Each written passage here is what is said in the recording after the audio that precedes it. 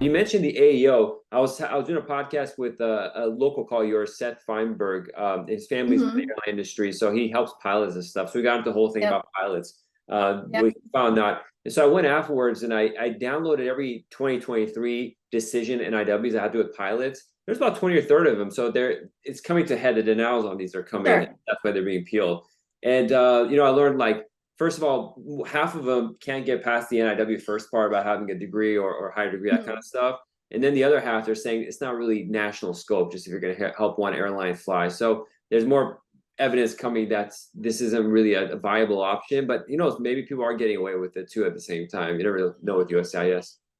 Yeah, I mean, I feel like the pilot NIW cases have to be structured in a certain way. So my position has always been that, this is not an option for somebody who's just coming over here to fly for Delta Airlines as a line pilot.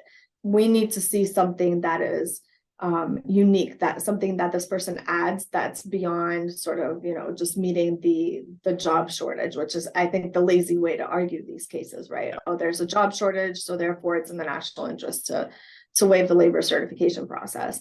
I think the valuable arguments in that space might relate to being able to instruct pilots. So there's actually a shortage of instructors, and instruction obviously has the ability to kind of spread its tentacles a little bit wider than one pilot flying an airplane, right?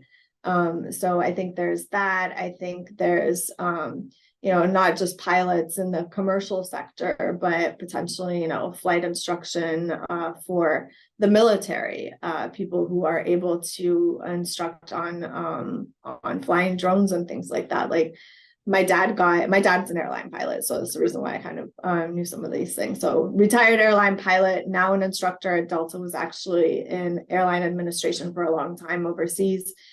And, at one point he got his license to fly drones, right? So that's kind of a thing that's, I think, valuable in the commercial and in a military application in many ways. So I think it has to be more than just like, I'm a pilot, right?